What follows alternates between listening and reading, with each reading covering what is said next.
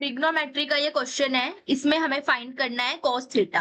तो यहाँ पे आइडेंटिटी लिखेंगे हम, sin square theta plus cos square theta किसके इक्वल होता है, 1 के इक्वल होता है। तो यहाँ से हमें cos की वैल्यू निकालनी है, तो इसको यहाँ से एज इट इज रखेंगे।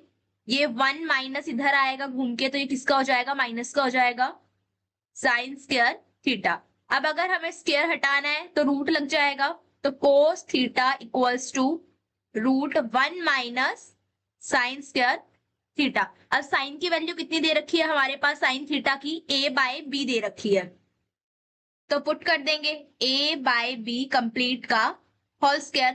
तो यहां से कितना आ जाएगा, a 1 minus a square divided by b square. तो फाइनल यहां से cos थीटा की वैल्यू निकल के क्या आ गई, एलसीएम लेंगे तो b square minus a square divided by b square.